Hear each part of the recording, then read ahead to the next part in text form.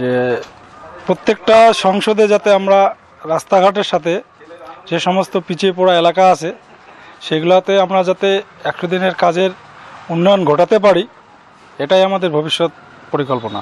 চেষ্টা চালিয়ে যাচ্ছি, চেষ্টা ত্রুটি করছি না। এর সাথে এলাকার জনগণের সহযোগিতা চাই। এই সহযোগিতা পেলে আশা রাখছি ভবিষ্যতে আমরা আরও একটা ভালো জায়গায় 100 দিনের কাজে পৌঁছে যাব।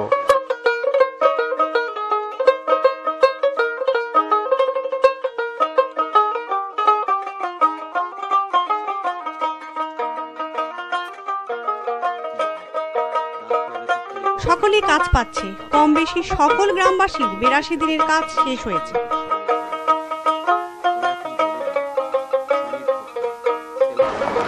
আমাদের এলাকাতে খুব সুন্দর কাজ হতেছে। আমাদের 45 দিন, আমাদের 100 দিনের মাধ্যমে 45 দিন কাজ পেয়ে গেছে।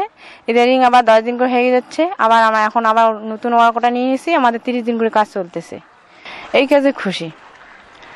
আমাদের চাহিদা এর আগে আমাদের কাজ ইদারিং যে হয়ে গেছে, বেশ কিছুদিন আমাদের দীর্ঘদিন সময় লাগে আমাদের এই যে 100 দিনের টাকা পাওয়ার দিতে আমাদের একটু ঝামেলা হয়।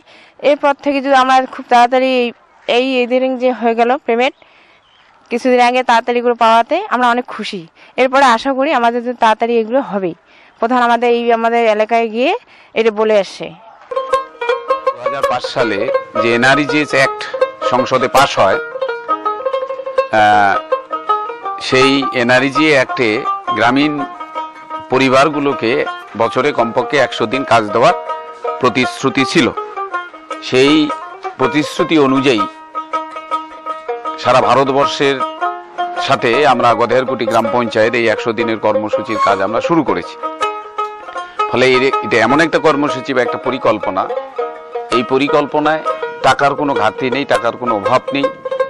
প্রচুর টাকা স্কিম অনুযায়ী আমরা করাতে পারি।